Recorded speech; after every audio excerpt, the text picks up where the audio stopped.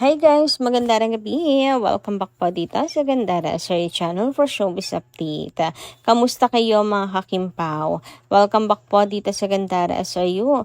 And ang tatalakayin natin at pag-uusapan ngayong gabing ito ay pumapatungkol dito syempre sa event pa rin ni Paula Avellino sa Oriental Mindoro kung saan sinigurado nga po ni Mayora ang kaligtasan ni Paula Avellino at sinalubong din po niya si Pau sa pagdating po nito at paglapag sa Mindoro. Pero bago po ang lahat, sa mga hindi pa nakaka-subscribe sa ating channel, pakiclick lang po tayo natin subscribe button at notification bell na riyan sa baba para mag-i-updated po kayo at ma-notify sa mga susunod nating chika patungkol sa Kimpaw. Maraming salamat. And ngayon nga, dumako po tayo sa pagbabasa ng mga comment ng ating mga subscribers na walang sawang nakatutok araw-araw sa ating mga balita. Ang napili nga po nating basahing comment ngayong gabi ay nagmula po dito kay Madam Remy Ramos. Shoutout po sa inyo. Sabi niya rito, what more do they want? He deserved the highest acting award available. Seems like there are so many bashers among the fans. Let us all open our eyes and ears and see the excellent acting from Paulo. I am not discounting Kim's acting. Both showed excellence. Yes, true. Actually, wala namang problema ang Kimmers po kay Paulo sa acting ni Paula Avellino. I believe na naniniwala rin po sila na deserve din ni Pau ang maging number 1. Yun nga lang, syempre, never nilang ilalaglag si Kim, diba? So, si Kim talaga yung focus nila. Ang nagsasabi kasi na utang na loob, yung kung ako nagkakamali, yung rockstar, na talagang basher nila Kim and Paulo po yun. As in, hindi siya kasama sa fandom. Parang dating fandom nga yun na kumawala mga kakimpaw, parang ganun. So, ayun, bashers and haters talaga, 1001% ni Kim Chiu yun and Paula Avellino. Yung nagsabi, utang na loob daw. Wag naman daw si Paula Avellino kasi hindi daw deserve like color. Diba? Napakahusay ni Paula Avellino ng artista. So, deserve ni Pau magkaroon ng international award. Lakas makapanawagan, galaw-galaw daw. Basta wag lang si Paula Avellino. Bakit hindi siya ang gumalaw? Kung malakas ka, ayan, kalabanin mo si Paula Avellino. Kalabanin mo ang mga Kim Paulanchas na pinaglalaban si Pau. Bakit kinakailangan mo pang bumak up?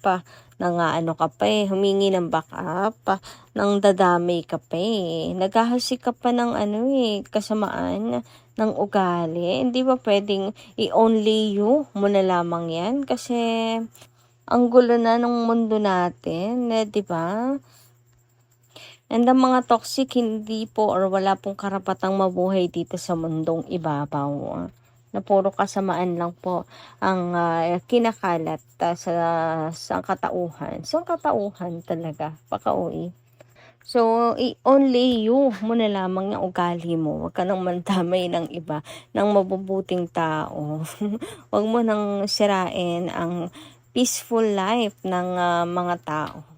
Anyway, dumako naman tayo dito sa comment ni Miss Rose Meridiano. Sabi niya rito, nominated siya Miss Gandara. Salin lang din. Pero inuna ng mga fans si Kim. Pati Kim Pao fans. Kaya ngayon, gusto namin si Paulo naman ang manalo. Kaya nga mga kakimpaw, di ba? Wala rin tayong karga-karga po, mga kakimpaw, na sa puso natin. Kasi last time, si Chinita Princess naman yung pinoto natin, di ba? I mean, hindi po tayo unfair kay Kimi. Kasi last time nga, ng 2024, siya naman yung pinili natin. Ngayon naman, si Paula Avellino ang pinipili natin. So, same lang din. Kumbaga, quits lang ang Kim Pao. Samantala dumako naman tayo ngayon dito po sa ganap sa Oriental Mindoro. So ang mga fans doon napakaaga mga kakimpaw. Ayan o, wala pa nga pong gasinong mga tao, nandiyan na ang mga fans. Sinisigurado na nila na sila'y nasa harapan talaga ng stage para mabilis makita ni Pau yung kanilang banners. Ayan, meron pang LDE. Ay, LED pala. Meron pang LED, ang Kimpaw Squad, mga kakimpaw. Grabe yung effort, no?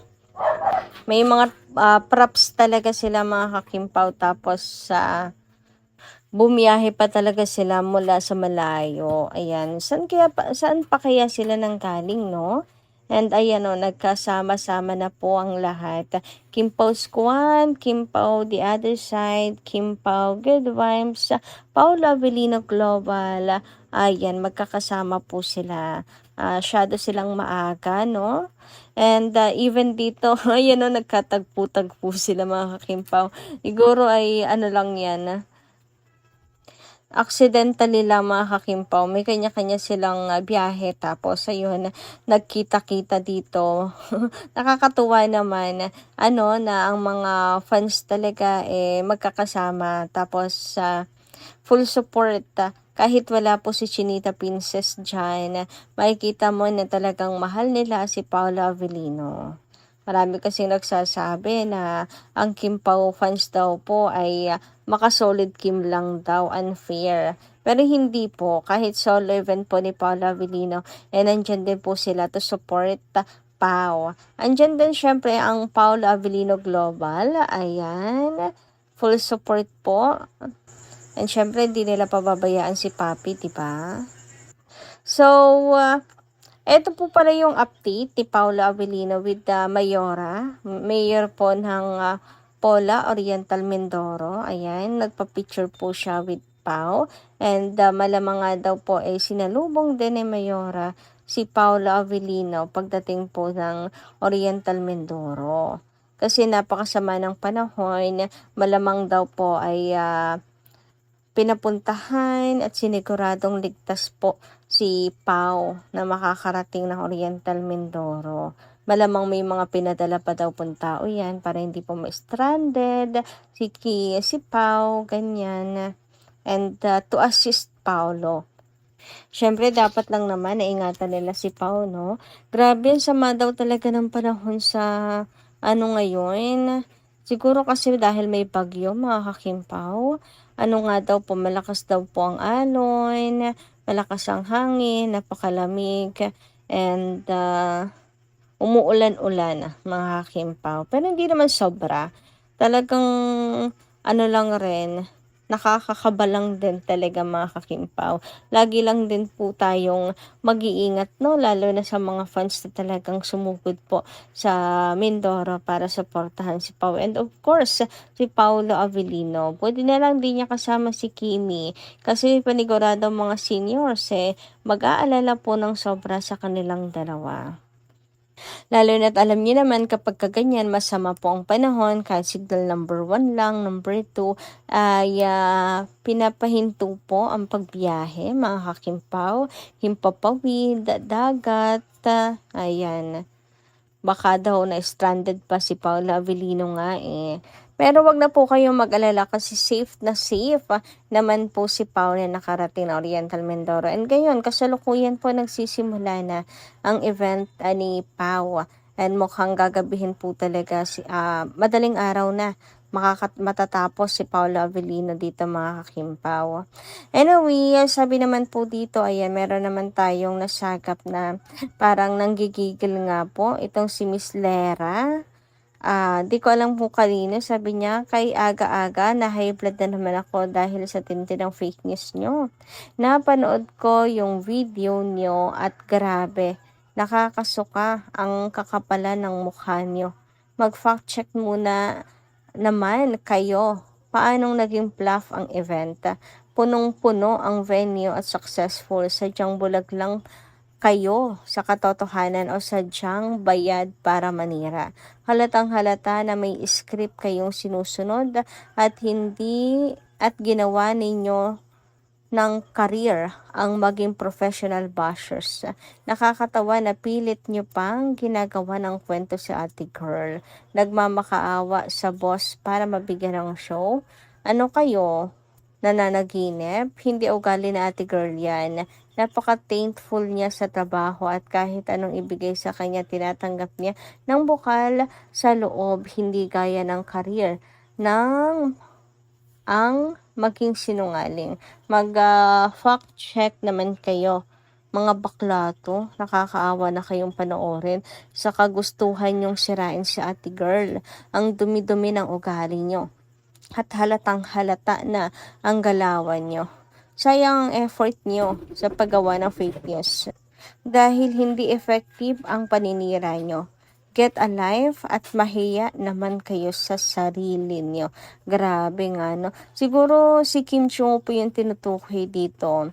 Ayan, kung si Kim yun, ay sobra naman sila mga kakimpaw para sabihin na nagmamakaawa para bigyan ng career na fluff ang mga events. FYI, maya kayo, panoorin nyo ulit at magbasa kayo ng balita. Lalo na yung tungkol po sa Kim Pau's World Tour nila Kim and Paolo. Sobrang successful nun.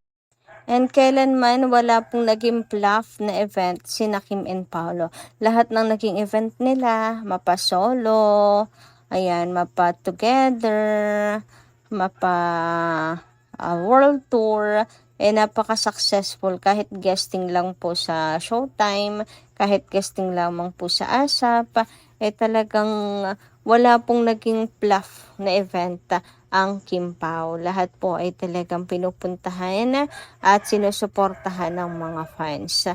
Anyway, bago tayo ma-stress mga Kim Pao, hanggang dito lang po muna ang ating update. Bago tayo ma-stress, kita-kisa lang po tayo muli sa mga susunod nating chika. Maraming salamat. Ingat po palagi.